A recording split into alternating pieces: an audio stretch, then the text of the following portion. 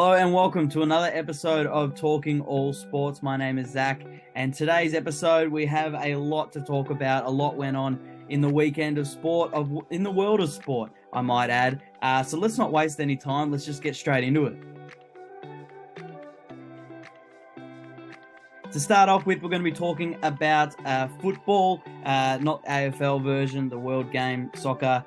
We'll start off with the Premier League. Aston Villa defeated Newcastle 3-0. That is a massive result for the likes of Manchester United, who are fighting for that third position.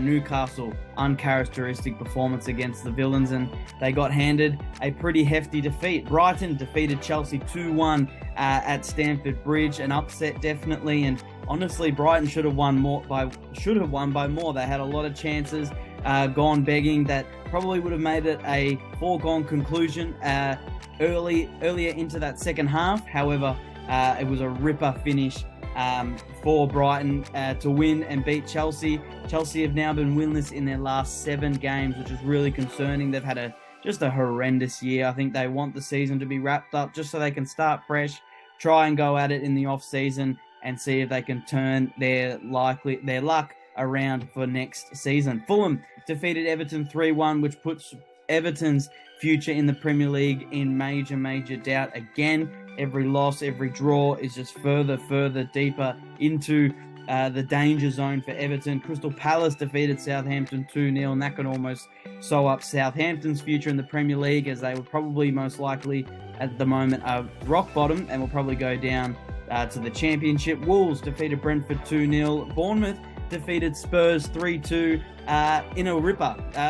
Spurs scored in the 87th minute to equalise and make it 2-2. It looked like that they were going to go for a certain draw, and then what a finish in the end by Dango Ouattara. An absolute ripper. Perfect placement for where he put the ball in the side netting there to give Bournemouth a 3-2 victory over Tottenham on their home deck. Man City defeated Leicester 3-1, and like Man City have to do now for the remaining games, they just got to do their job, get the points, and keep putting the pressure on Arsenal, which is what they're doing. And it looks like Arsenal are feeling that pressure. They had a 2-2 draw with West Ham after being up 2-0 inside 10 minutes. They weren't able to put the hammers away. Bukayo Saka had a missed penalty that would have given them a 3-1 lead at the time. And then West Ham are able to make it 2-2, almost won it through Antonio. It hurts the Gunners' chance of winning the title. Man City within 4 points now, and there's about 6-7 games to go. So it is really testy waters now for the Gunners, and really exciting, I guess, for all Premier League fans to see 2 years in a row we're going to have an awesome title race finish. Man United beat Forest 2-0 away from home, probably cementing that spot in third position a little more, especially with Newcastle's defeat to Aston Villa. And Liverpool absolutely destroyed Leeds 6-1. Now on paper it looks ugly for Leeds United. That's a terrible result, but if you watch that game, they could have won by a lot more. With the way that they were scoring the goals, the way that they were moving past the Leeds opponents and forcing turnovers, how clinical they were, it could have been even more uglier. But good for Liverpool. They're getting back into some stellar form that they were in last season and the season before when they were challenging for the title. And I think both Liverpool and Chelsea will be looking to probably try and finish the season as strong as possible. Not the ideal season for both teams, but they would like to finish as strong as possible and take some good momentum into next season, where they'll be hoping to bounce back as a top 6 team and challenge for the title. Now we're going to be talking about the NBA. They've got straight into the playoffs in the first round, and we're already 2 games in for each game. The Sacramento Kings, the surprise packet of the season, have taken an early 2-0 series lead against the reigning champion Warriors. Speaking of the Kings, congratulations to Mike Brown, Coach of the Year. Thoroughly deserved what he was able to do to get that Sacramento team so high up in the Western Conference, and do it at a very early stage in the season, and then keep and sustain that spot high up in the conference is a credit to him. And fantastic effort for the Sacramento Kings. Also, congratulations to Memphis Grizzlies' own Jaren Jackson Jr., who won Defensive Player of the Year. Fantastic achievement when you look at the past types of players that have won that award. Jaren Jackson is now part of history in that same category. Speaking of his team, they now have a tied series with the LA Lakers at 1-1, which looks a little feisty. Dillon Brooks talking some smack to LeBron James. And of all people to talk smack to, I think LeBron James is the wrong person to do it in the playoffs. They now go into Game 3 at Staples Center, and I promise you, LeBron is going to do everything in his power to make sure Dillon Brooks knows he made a mistake. The Sixers, they lead Brooklyn 2-0 in their opening round series, and also Boston Celtics, they also lead Atlanta 2-0 in their opening round series. The Denver Nuggets, the number one seed in the Western Conference, lead the Timberwolves 2-0 in their series. And then the Clippers and the Suns, they're tied at 1-1, which looks to be a great battle between Westbrook, Durant, Kawhi Leonard, Devin Booker, Chris Paul. Paul George is out for the whole series, but a lot of star power there. A really good series that one's going to unfold to be. Bucks and the Heat are tied at 1-1 as well. Cavaliers and Knicks as well tied at 1-1. I think that's a pretty underrated series. The New York Knicks versus Cleveland Cavaliers. A lot of young talent on display in both teams. That'll be ultra competitive as well. Now we're going to be moving on to AFL, and we've just come off a historic weekend in the AFL. It was the Gather Round, and it was I reckon it was a raging success. It was absolutely fantastic to watch. It's going to be staying in South Australia until 2026, which I'm okay with. I think that's not a bad decision. Probably establish a culture around it. Probably try and test the waters now over these next few years of trying to find out when's the perfect time to have this Gather Round. I think the round before Anzac round was probably a really good way to start off. I mean, that's two blockbuster, eye-catching rounds that a lot of people are paying attention to, and a lot of blockbuster games in there. I can see people's argument about putting the Showdown in there probably for Gather Round, probably to either kick it off or finish the Gather Round. However, I thought it was brilliantly done by the AFL and a very, very big success. It would be interesting to see after 2026 if the AFL decide to move it around the country. I think Western Australia will probably be the favourites to probably get it next, and then you look at the likes of New South Wales, potentially Tassie. People are saying Victoria, which I think is stupid. I think we get here in Melbourne, most of the 9 games around are in Melbourne anyways, with 10 Victorian teams, so it would be a little silly. Probably Queensland, potentially. What I think all AFL fans were hoping for, and I think the AFL especially, was that it would be a success. It would be really good, really exciting, really enjoyable, and the atmosphere would be great. And I think it topped all the expectations. I think with the amount of people traveling across the country to go, I feel jealous that I didn't go. I now want to go next year. That's how good it looked. But big thumbs up to the Gather Round, and I will say pretty stiff Gillon McLachlan not to get a Star of the Week nomination for pulling that off, because it was a major success. Now let's go talk into some footy. No more undefeated teams in the competition. St Kilda losing to Collingwood, and Carlton getting absolutely hammered to Adelaide, and that leads me into my most impressed from the weekend. Adelaide, definitely most impressed. The way they started that game was absolutely fantastic. They made sure they got the game on their terms early so they're able to set the standard when it comes to the tempo, the pressure, the speed of the ball movement, you name it. They set the standard, and Carlton had to meet it. And I think Adelaide probably pounced on the fact that Carlton were a little sluggish in the last few weeks. Not to say that's not necessarily bad on Carlton. They were still winning games. They were going into that game undefeated. However, I think their form wasn't as good to the level as Adelaide expected it would be, and I think they pounced on seeing Carlton being slow starters and took their opportunities. They only kicked basically one behind in that first quarter and kicked about 6 or 7 goals. So very impressed with Adelaide. Very good to see, with everything they've been through for the last few years, back up and winning games again and back up and running. And I think most of the Adelaide fans are daring to dream this year for potentially finals and potentially even a little bit more. Another team who looks like they're getting their stuff sorted now is Essendon. What a win against Melbourne. A flag fancy. Like Adelaide, controlled the game from the start, really got it on their terms. We're moving the ball really quickly. We're clean in difficult conditions, winning the contest, and really just probably, like Brisbane did against Collingwood, could have almost showed a blueprint as to how you beat Melbourne in 2023 by just running the ball through them, getting handball chains going, running in waves, surge football, a lot of pressure early in the game so that it's perceived pressure later on and put Melbourne under an immense amount of not only physical but mental pressure throughout the game when they're trailing. So I think very well done from Essendon, well coached from Brad Scott, took Stephen May out of the game and his influence. They did have no Jake Lever, Melbourne, and still no Max Gawn. However, I think they let Sam Draper just run off and be his own. I mean, kicking 3 goals was absolutely fantastic in the ruck. And Brodie Grundy struggled to go with him. So very well done to Essendon. And I think also we've got to give credit to Port Adelaide. That's 2 gutsy wins in a row now, defeating the Bulldogs on Saturday night. Bulldogs were very competitive all night. I think Bulldogs were up for most of the game or for a period in the later half of that game.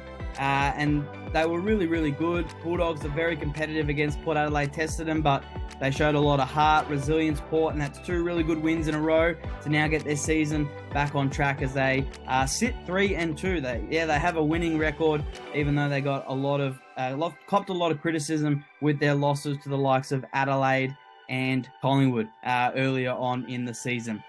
Teams I'm most disappointed in, however, Carlton's probably going to have to start off. A disappointing loss to Adelaide. Like I said, they didn't start the game well. It looked like their form was quite sluggish going into it, and they let Adelaide dictate how the game was going to be played. They weren't able to capitalise when they had their opportunities to get back in the game, and it felt like as the game was going on, Carlton, felt like they were getting closer and closer and closer, but Adelaide just had the response every time, and I think Carlton's ability to not try and stop that at the source in the midfield, where the likes of Dawson and Laird had ripper games, probably hurt Carlton the most. And I was pretty disappointed with the likes of Cripps, Walsh, Hewitt, all in that team who weren't able to minimise that impact.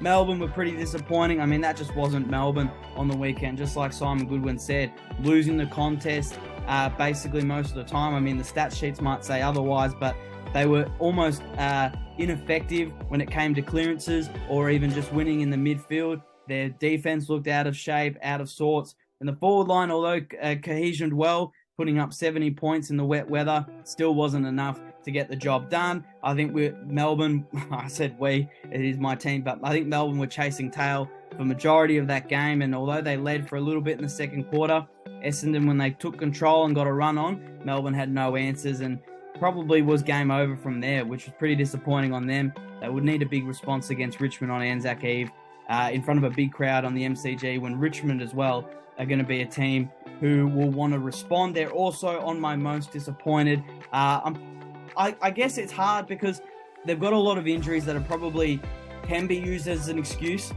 or could be, used as a way of getting out of the limelight of the form that they're in. However, I'm disappointed with the opportunities they had against Sydney, where they were coming back, kicking goal for goal, and they're just, they're setting up so well behind the ball. I think defensively this year, Richmond have been really, really good. However, their turnovers in their ball movement when they're going forward around half forward line is so frustrating to watch. Just as a mutual, I mean, I can't even imagine as a Richmond fan how frustrating it would be.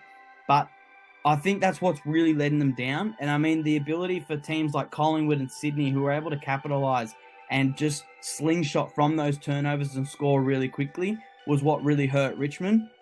They were forcing turnovers when oppositions were going forward, and their defensive setup was really, really good. But they were breaking down when they were trying to move it forward themselves. And I think they just got to have more of a mindset of long and direct and get it deep. I guess it hurts when you've got no Tom Lynch there, who would be really good in those moments. But, like I said, you get the likes of Tom Lynch back, Nankervis, Soldo even as a chop out, Jaden Short back into that team. They're going to be super dangerous again. So they are part of the most disappointed, but I wouldn't be surprised if they start bouncing back soon when they get these important players back. And the last team who I'm just really disappointed in is the Gold Coast Suns. I did say they would finish second last this year, and the way they're tracking, it looks like they're going to finish close to that area. However, being up 20 to 30 points against an out-of-form Fremantle team at Norwood Oval, a oval that's pretty skinny, so not really hard to defend.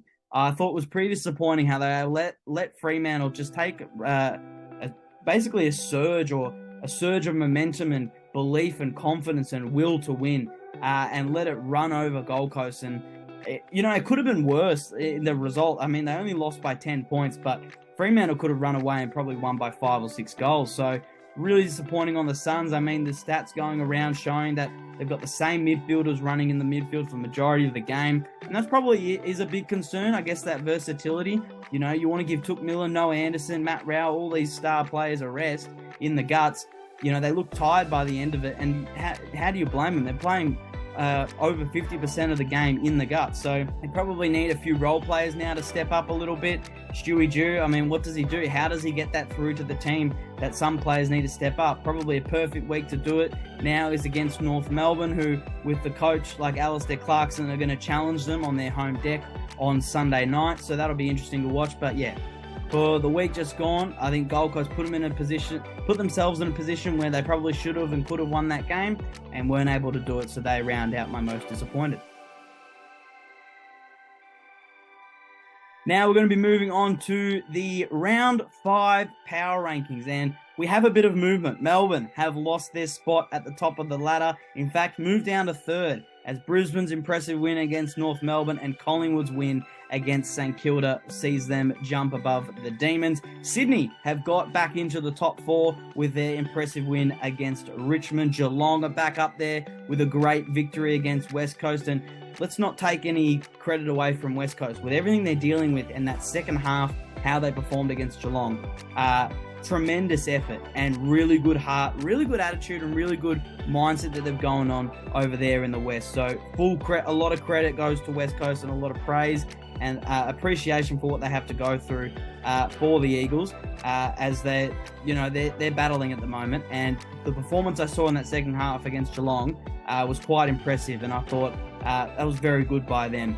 St Kilda dropped down a little bit, but they stay inside that top 8. Likewise do Essendon. They weren't going to move anytime soon. And as you can see, Carlton has dropped even further down the pedestal. Port Adelaide are making strides more up towards the top 8 again. And if they're moving up, that means somebody's moving down, and it's Richmond, who are just falling further and further down the pecking order. They've just fallen down underneath Adelaide, and I was thinking last week, do I put Adelaide above Richmond? I held off, but with the performances I saw of Adelaide's and Richmond's over the weekend, I could not hold Richmond above Adelaide any longer, and that's why the Crows sit above the Tigers. Fremantle, they do stay around that pretty disappointing area that they shouldn't be in. I mean, they should be challenging around that top 8. They don't really move much, and then not much moves from the bottom 4 against the Giants. Get above North Melbourne due to North Melbourne's performance and the Giants' gutsy win over the Hawks, and the Hawks were fantastic that day as well, by the way. But that's how the power rankings look after round 5. Comment down below if you agree, or if you think there should be other movements, or any predictions of future movements that you think is going to happen, whether you see Adelaide being in the top 4 by the end of the year, or you see Fremantle being in the bottom 4 by the end of the year. Drop down what you think, your recommendations, your predictions, and if you agree or disagree with the power rankings. Now we're going to be moving on to the Star of the Week nominations, and the first nomination goes to this little pocket rocket who is so fun to watch from the Sydney Swans. It's Tom Papley, who was easily best on ground against Richmond. Tigers simply have no answers for him, and to be honest, how do you have answers for somebody who has 25 touches, kicked 6 goals too, 12 contested possessions, 5 clearances and 13 score involvements? Mind you, all 6 of his goals coming in the second half. I mean, it was still a competitive game towards halftime, even probably three-quarter time. But the game blew open when Tom Papley took over. And I think he was the major reason as to why they won. We'll probably get the 3 votes on the night. Now, is he the best small forward in the competition? I mean, currently on form, you could probably argue yes, but I mean, you've still got the likes of Keziah Pickett, Charlie Cameron, Tyson Stengel. We are very lucky to have so many great small forwards in the competition at the moment. But I want to know, do you think he is the best in the competition at the moment? Let me know in the comments if you think Sydney's Tom Papley is the best small forward in the competition. And whilst you're at it, let me know if he can go on to win Star of the Year, as he is the first nomination of this week's Star of the Week. The next nomination for Star of the Week is another guy who had a dominant performance on the weekend. It was Lachie Neale, the 2020 Brownlow medalist. He had 37 disposals, 13 clearances, 12 score involvements, 17 contested possessions. The co-captain was outstanding against a North Melbourne side in Mount Barker that simply, they scored 77 points, but were just no match for Brisbane, who put up 150 of their own. Can he continue this form and potentially claim a second Brownlow? I mean, he's got a lot of players like Jeremy Cameron, Nick Dacos, Clayton Oliver, Marcus Bontempelli, who are all going to be competing up there to try and steal the Brownlow for themselves and win it for their first time. But, I mean, this guy's got experience. He knows how to get it done. He knows what he needs to do to get the maximum votes. I don't think he'd be thinking that week in, week out. I think he'd be thinking of trying to win for the team. But let me know if you think he is a red-hot chance to get his second Brownlow, or is this just a fluke of a performance for this year? And the last nomination of this week's Star of the Week nominations is another guy who's going to get his second nomination for the season, and he deserves it. Nick Dacos. Like I said, second time nominated for Star of the Week this year alongside Jeremy Cameron. They're probably the two, in my opinion, best players in the comp right now, probably the two favourites for the Brownlow right now, and they thoroughly deserve to be the only two who have been nominated for Star of the Week twice so far. I mean, let's look at the stats. 42 disposals, 856 metres gained, 8 inside 50s. Out of the 42 disposals, 76% of them were efficient, which is fantastic. And he had 6 intercept possessions as a half-back flanker, who apparently doesn't win a hard ball to a lot of you critics. I thoroughly disagree, although statistically it might not show. To think he gets easy possessions is ridiculous. I mean, the work rate he's running off half-back, working around in that back line to find the open space to be able to be a source of run for the Pies defense to get the ball forward is tremendous, and he is so vital to that team. He is now the player who's had the most disposals in a game this season. Clayton Oliver got 41 on the weekend, and he's only second. So with his 42 touches on Sunday, it put him into first position. And I know I said Lachie Neale, is he a sneaky chance for the Brownlow, but has Dacos already locked up the Brownlow medal? I mean, if teams aren't going to tag him, how is he going to lose this? He's going to get 3 votes most weeks because he's going to get 30 to 40 touches most weeks when he's not tagged. I think he's had a tremendous start to the season. Obviously, with experience, I feel as though he will drop down. Lack of experience, I might say. He will drop off. I think some teams will probably look into tagging, and towards the back end of the year, we'll find a resolution as to how to stop Nick Dacos. But at the way he's going now, and we had to make a decision now, it's daylight between Dacos and the next one as to who wins the Brownlow. Now we're going to be looking at the week ahead. We've got some great NBA playoff action, as well as a very intriguing Premier League title race season still to come over this weekend. But we've also got AFL Round 6 action, the Anzac Appeal Round, a brilliant round that is finished off with the Anzac Day game, which is always a sellout. It kicks off, though, Friday night, Fremantle versus Bulldogs, an elimination final rematch in Perth, which I think is going to be an absolute ripper. Fremantle getting a much-needed win last week, and the Dogs, after having 2 great, impressive wins against Brisbane and Richmond 2 weeks in a row, losing a close one to Port. How do they bounce back? I don't know. So many question marks on that game. It's a brilliant way to kick off the round. Port Adelaide then take on a heavily depleted West Coast Eagles team in the early Saturday game. The Giants host Brisbane in Canberra. Hear me out. Danger game for Brisbane. I'm going to leave it at that, but danger game for Brisbane. Geelong then take on Sydney in their first game at GMHBA Stadium, the grand final rematch, where the Cats will unfurl their flag to the Geelong faithful. That'll be a brilliant night for the Geelong fans. And for Sydney fans, hopefully, if they get the win, that'll be an even better night for them.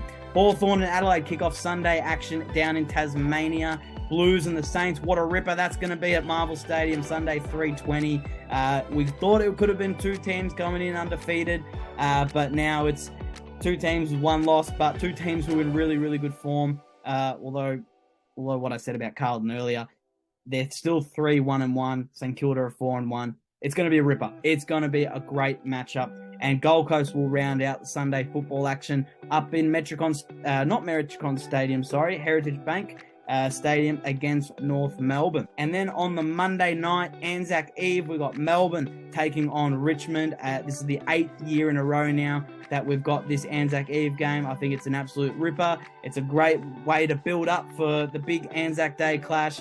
And hopefully it is a ripper game as well at the G. And then Anzac Day, Collingwood versus Essendon, the first time Both these teams have been inside the top four at the same time since 2000, playing against each other on Anzac Day. It's going to be a sellout. The atmosphere is going to be great. I think Essendon will get up for it, and I think Collingwood will even lift even further because they're just a team that lifts to these and rises to these occasions. It's going to be a fantastic weekend of sport. And that's all we've got time for this week's edition of Talking All Sports. Thank you so much for watching. If you would like to, I would really appreciate it if you could like and subscribe.